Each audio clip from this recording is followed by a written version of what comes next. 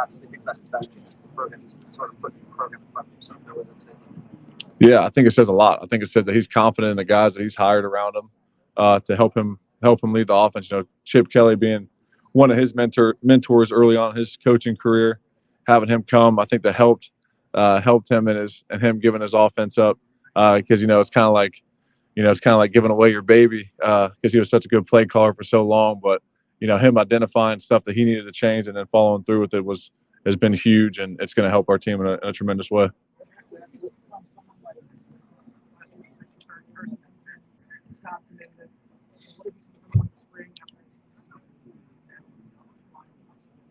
Yeah, I mean Carson Hinsman is a phenomenal player. I think Carson Hinsman's got a lot of great football ahead of him. Super hard worker, really humble kid, and I'm excited to see how he does in fall camp. I'm really excited. He had a great offseason. Like I said, he's one of the hardest working guys on the team, so I'm really excited to see what he does this fall camp. How did the loss to Missouri change the cycle of the team? Yeah, I think that that loss to Missouri was a hard one to take. They're a phenomenal. Not taking anything away from them, they're a great team and had a lot of great players. But in the sense of that, we had a chance to win the game on defense and we didn't.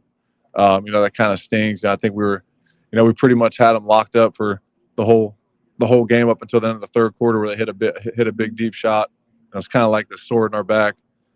So it was depleting for us, and I think that gave us more fuel to come back and to get better than we were before. Jack, when you had 3 sacks, it's kind of hard to improve that. So what did you focus on? Yeah, I mean, even though I had 3 sacks, there's a lot of things that I could have been better at in that game to help my team, and obviously we didn't win, so it's kind of all for naught.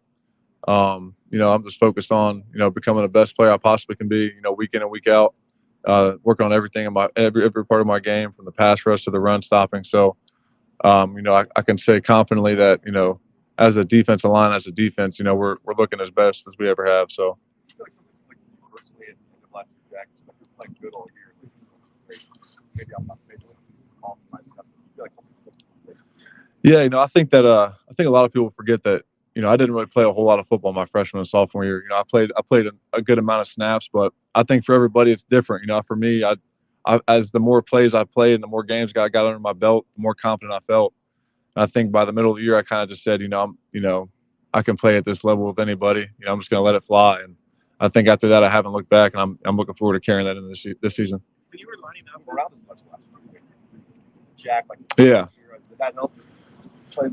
Yeah, I think that playing just defense, getting back to just defensive end help definitely did. I felt that's where I feel comfortable. That's where I feel like I excel at. So getting back to just that definitely helped. And but the first couple of years I was willing to do anything to help the team win. When you were lining up situations with pass rushers more often last year, could you feel what were some of the things you were doing maybe as the year progressed that you could tell were sort of contributing to your ability to get to the quarterback? Yeah, I think that my confidence just kept growing and growing. When you start making plays, it helps. And I feel like early in the year, there's a lot of plays that I could have made, and I was just a step away, or you know what I mean. I'd leave games like, man, I was this close to having a couple sacks. You know what I'm saying? So it's just staying true and then going to work and not getting your head down or getting frustrated, letting it affect the way you carry on for the next couple of weeks. I think that speaks to kind of a lot of us in the program. A lot of us, have started playing our best football towards the end of last season, like Jordan Hancock. And, obviously Lathan Ransom got injured, but was playing great football last year before he did. Denzel had another great year last year, bouncing back from his sophomore year. So, when you look at our defense as a whole, we're all growing in the right direction, playing our best ball. And we were already one of the best defenses in the country last year. So I think that this year, our motto and our standard of silver bullets is to be the best. So that's what we're going on trying to put on the field. On those plays where you were like a snitch, like almost would be sacks, like were you just what happened? Were you just like almost there and like it took like just have more confidence to finish the play? I think I think it kind of goes. Sometimes the flow of the game, doesn't really flow your way. You know what I mean? Sometimes there's not a lot of plays to be had, and sometimes it is just making a play when it's there for the taking. So I think it's a little bit of both. All you guys, especially veterans, are dealing with race pressure. How different is it for you when they pull on this guy? Yeah. You can't State. You can't go to Right, right. I mean, for me, I love it. I love that. I love that the Columbus, takes Ohio State football so seriously, because it's what I grew up doing. I grew up going to school, third and fourth grade, and that's all we talked about was Ohio State football. What happened that the previous weekend, or we can't believe that this or this didn't happen. You know what I mean? So it's just kind of what I grew up doing. So to me, I don't know anything else. I don't know anything different.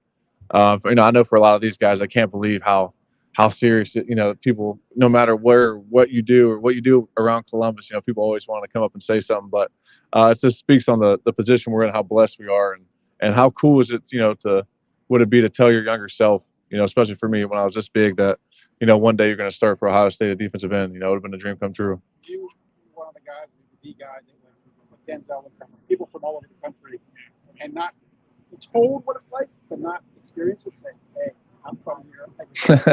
This is real. Yeah, I mean, I try to tell these guys that that's the way it is, and they're like, yeah, I'm used to it. Like being from back home, being a high-rated recruited guy, or maybe when they go back home now, having being a starter in a college football program, but they didn't understand how it was being in Columbus and playing for the Buckeyes. I think a lot of them caught them off guard, and so it's been fun. It's been funny to see their reactions to it. Came in early, you did all this stuff you're supposed to do. You saw the runway it takes to get to this point now. As a defensive lineman, we haven't really heard your opinion about Jeremiah Smith. What is it about him that makes him maybe different than you were as a five-star recruit coming early? What do you see that makes him special?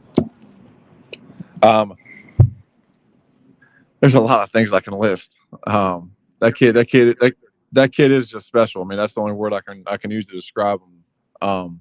Having been in his shoes, meaning being a five-star recruit and having a lot of hype around him coming in, I was like, man, I just want to see him, practice a couple times. I don't want him to feel like, if he doesn't play this year or if he doesn't live up to the hype his freshman year, then, but then I saw him for the first time at the first practice. I was like, holy shit, this kid's good. So, he's a great young player. He's got a great future ahead of him. He's got a great head on his shoulders, very humble kid. So whatever he gets, he's earned and he's worked for. So I'm super excited for him.